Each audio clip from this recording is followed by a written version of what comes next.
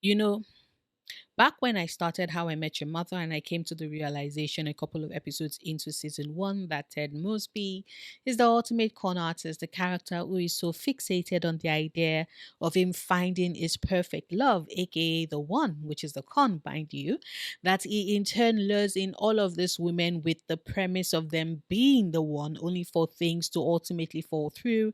And he then moves on to the next mark to spin the same yarn. I'd mentioned that what makes Ted such a good con artist is the fact that the great ones, the best in the field, when you really think about it, are not just masters capable of convincing their unwitting victims that the prize, this amorphous thing that they stand to gain, if only they can just buy into it, is the real deal. But they also take things a step further and are able to actually brainwash themselves into believing their own bullshit. After all, how else can you sell this smoke and mirrors as being the shit if you don't believe in it with every fiber of your being, even though subconsciously you are aware that you're just chatting shit? I, of course, also said that even the premise, the entire premise of the show itself, whereby Ted has his kids and by extension with the audience stuck in listening to him yapping about meeting their mother, who we most likely aren't really going to see until maybe the last season or two, because the con is to keep the audience coming back season after season with the hope that we'll finally find out how Ted met his children's mother. Because think about it. After you've invested years of your life in waiting to have that question answered, you will find yourself tuning in season after season, hoping that Theodore Evelyn Mosby will finally get to the point and pull us all out of our misery by solving the puzzle. And we'll probably only get that at the end because that is the con and we've fallen for it. Anyway, as I was saying, I spent a lot of my time convinced that the con only applies to Ted's love life and his desperate search for the one. But then I watched How I Met Your Mother season 4, episode 20, titled Mosbius Designs, and it hit me. Ted isn't just stuck on finding this perfect relationship he dubs as the one, a relationship, mind you, that's always set to fail because Ted Mosby is expecting perfection right out of the gate, and that cannot work. But he's also stuck on his grand illusions about his work as an architect and the good he gets to do via his designs. And just as with his search for the one, his desperate desire to have things perfect right out of the gate and his usual MO, I see it as setting himself up to fail, which means that I don't foresee Mosbio's design lasting very long, which is a shame when you really think about it. Of course, before I talk further about that, if this is your first time on my channel or your first time stumbling upon this particular series of mine, hello, I'm Noria, and welcome to my How I Met Your Mother video series where I am currently documenting my first time ever watch of the show while sharing my thoughts as I go along in a stream of consciousness style analysis where I talk about these characters and their choices, try to analyze their behavior and make guesses about how future events might play out based off of my thoughts on how the story is progressing and what I learn about these characters with every episode I watch. As such, I would like to reiterate that this really is my first time watching the show, and I have so far been able to stay away from all discussions as it pertains to How I Met Your Mother and its characters. So, what you are in fact getting really is a blind reaction of a series that finished airing years ago. And from what I have been able to gather, you all have enjoyed watching me take in this show and the characters as I guess my way in the dark about how things might play out or have played out. And as such, I would like to ask that you please continue to abstain from dropping any spoilers in the comments. I appreciate the work you all have been putting in so far to keep things spoiler free for me. Thank you. If you do want to say something that addresses a point I made, but which veers into spoiler territory, just give the spoilers ahead warning followed by a bunch of asterisks so I don't accidentally get spoiled while scrolling by and so I can ignore the comments, whilst other subscribers or non subscribers who are watching the video can interact with your comment and you all can chat all about how right or wrong or close my theories and guesses are, or whether I noticed something successfully or not. And for those who are keeping track, I've currently watched up to How I Met Your Mother season 4, episode 20. Plus, if this is your first time stumbling on one of these videos, kindly know that I do have a format where I split the video into three parts: the intro, the synopsis, and then finally my thoughts. As such, I have included timestamps to help you navigate this video as you so choose. But before I get into the synopsis part of the video, I would like to say a big thank you to my lovely patrons and YouTube members whose support have been pretty damn instrumental in helping me continue to make content, especially since I started doing this full time at the start of last year, which was the last time I was in paid employment. And a special shout out to Lena, Sherry, Kat, and Holly for their extra support. You get all the hearts and kisses to mwah.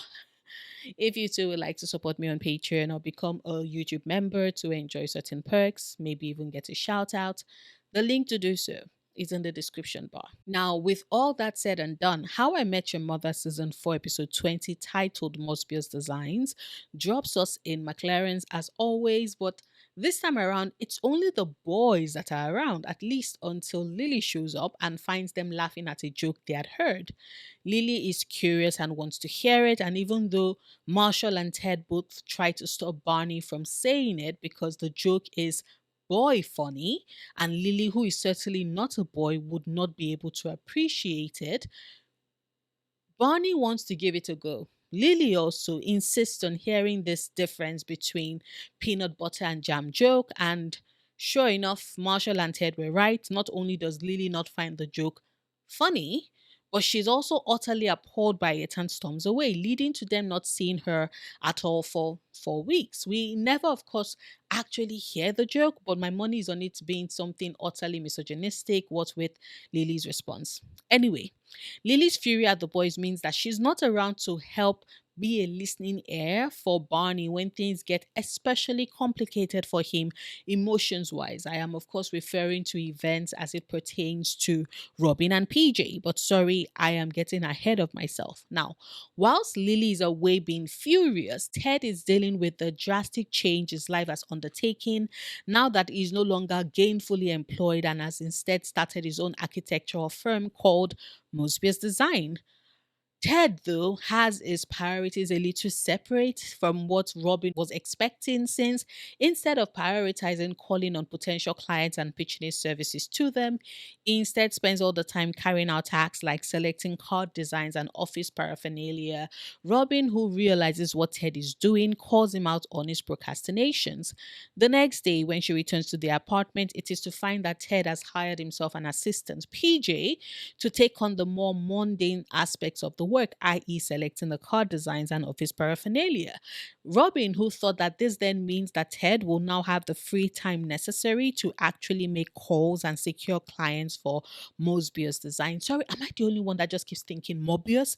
Mosby. Anyway, is sorely disappointed as Ted instead focuses on going on walks and mentoring PJ, who, by the way, he isn't actually paying for all the service he's rendering. PJ instead gets a mentor and also starts treating Ted and Robin's apartment like it's an actual office, i.e., he confiscates the key to the bathroom and screens who gets to see Ted in their office, i.e., their apartment, even though Robin actually lives there.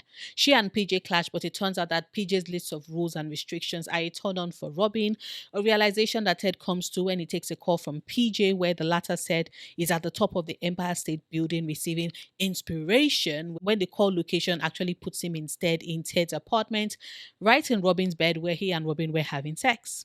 This immediately puts the shoe on the other foot, as now it is Ted who is upset at PJ's complete disregard of professional ethics when he becomes Robin's boyfriend, and Ted in turn fires him as a result. However, this doesn't get PJ out of his air, as the latter instead automatically becomes Robin's living boyfriend, to her sheer horror, since she most certainly does not want that.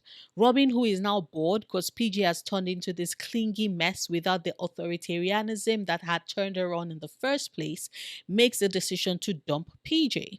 This leads to Ted rehiring him, but then that means that the authority he again wields turns Robin on again, and she takes up with him again as her boyfriend, to Ted's dismay.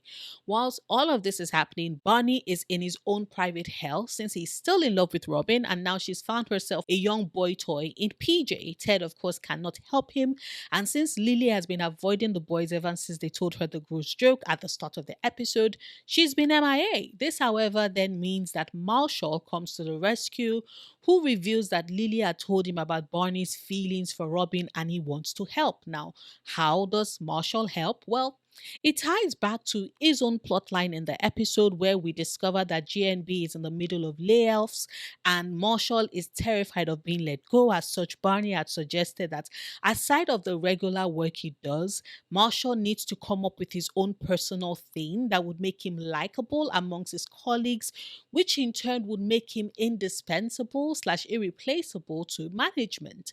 Marshall therefore arrives at creating and running the fantasy baseball league in the office, which effectively turns him into the sports guy in the office, not to be confused with the fantasy guy who comes to work in a wizard robe, and makes him just in line behind the food guy who's always giving his colleagues food, and the toy guy, the HR manager who has a ton of toys in his office and is always sharing said toys with his colleagues as they play together, even as he gives them terrible news about their jobs and their rapidly reducing pay. Marshall's elevation to sports guy means that he quickly becomes very popular at work and is very well liked. But unfortunately, running the league means he has to handle large sums of money since everyone is splitting bets. And after walking around with $18,000 in cash, terrified of being robbed, Marshall immediately comes to the conclusion that this isn't working for him. However, Barney's pickle about Robin and PJ helps him save the day. Since the entire bone of contention between Ted and Robin is the fact that she cannot help having sex with PJ since he is in their apartment working and wielding his authority like a mating call, PJ has to be removed to that effect. PJ resigns and also breaks up with Robin via letter. Turns out that Marshall had hired him to serve as his paralegal and turned the actual legwork of running the league onto PJ, thus giving the latter a paying job, Marshall some much needed peace of mind, and Barney the relief of knowing that PJ is out of Robin's sight and out of her bed. As they are celebrating, however, they being Marshall and Barney, see a guy in a ninja costume with a sword in hand sneaking into the office building, and Barney immediately suggests that they bail immediately since the dude most certainly does not work for GNB and his presence, weapon in hand, spells disaster. The end. Now, I've said it before, but Ted Mosby, from what we've gotten in the show so far, is clearly a character who is in love with the idea of love. This is what has been at the core of his love life since he first fell in love with Karen back in their college days, which saw him willfully blind to the aspects of her character that his friends loathed, up until, of course, he finally parted ways with her. It is what we saw reflected in his relationship with Victoria, which saw him riding the high of being with her after they met and started dating until things ultimately cooled down when she moved to Germany and he found himself emotionally cheating on her with Robin. It is what we saw in his relationship with Robin, which saw him immediately taken with her on their first night, which then leads to him telling her he loves her mere days after they first met. And then, of course, he did the same with Stella, who he actually took things a step further for and proposed to months after they started to date. From his relationships, the show already established that Ted is a character who doesn't really think things through when it comes to his love life. He dives headfirst into things because he's so desperate to be seen, to be chosen, to find his one. But then, because he's never really taking the time to consider things before he dives into his relationship, because he's often fixated on said relationships living up to the ideals of being is one, the one is so desperate for, it often means that what they end up being instead is a recipe for disaster as far as Ted is concerned. Now, like I mentioned earlier, I'd assume that this trait of Ted, where he gets so caught up in this idealized image of the love he wants and his relationship with the women, which in turn blinds him to the flaws, the fissures, and the cracks present therein, cracks that he willingly ignores until reality comes crashing down on his ass and said relationship eventually crash and burn.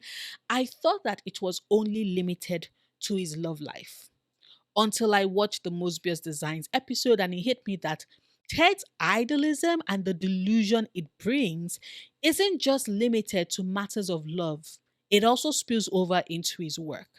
See, I flash back to the Aldrin Justice episode from season 2.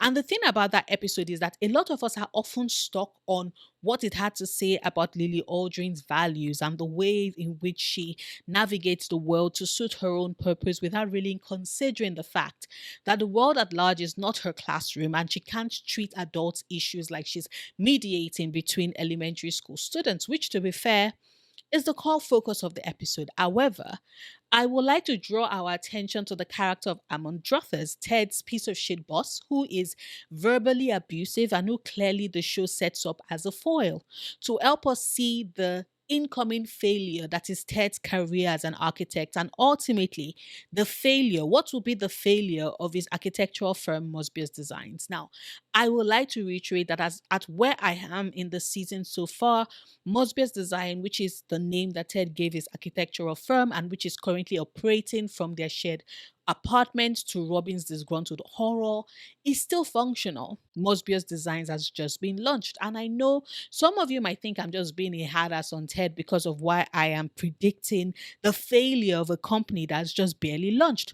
Well, it's because, like I said, just as we see with his relationships, Theodore Evelyn Mosby has a big blind spot when he gets so caught up in the romanticism of what he's hoping for that he never really takes the time to one, be more realistic with his expectations, and two, accept that maybe he might be rushing into things as he's wont to do in his love life as well. Because here is the thing through Amon Drothers, the writers made it clear in the Aldrin Justice episode that the reason why Ted actually was able to get the prestigious rebrand account for the bank was not because Ted was utterly brilliant or that Lily's suggestion that he stands up for himself and gets a backbone is the only reason why he made it true. No. The reason why Ted got that account, when you really think about it, is because Drothers broke the cardinal rule. He forgot that in business, even if it is architecture, the customer is always right. The reason why Ted got the account and not Drothers is simple. He was able to meet the needs and interests of a client that did not want their building to look like an erect penis. That is it. And I found it funny as hell that that very crucial lesson, which Ted should have remembered, or like the Yoruba proverb says, he should have kept it in his left hand so he doesn't accidentally eat with it in his right, is one that Ted Mosby forgets the minute he starts getting clients. Because let us be real, sure, Bilson is a dick and he was trying Ted's patience in the old King Clancy episode, but ultimately, Bilson is the client. And when the client is pretty straightforward about what the client wants, i.e., a plain as office space where they can fire people in peace, even when they reach for chairs and hit whoever is handing them said information on the head, it still doesn't take away the fact that Bilson is the client who is very clear on what he wants for the bank. Ted, though, does the same thing he does with the women he's interested in dating. He does not listen. He brings his character trait of constantly encroaching on the boundaries of the women he's interested in, believing that their no's aren't sacrosanct and he can get them to change their mind.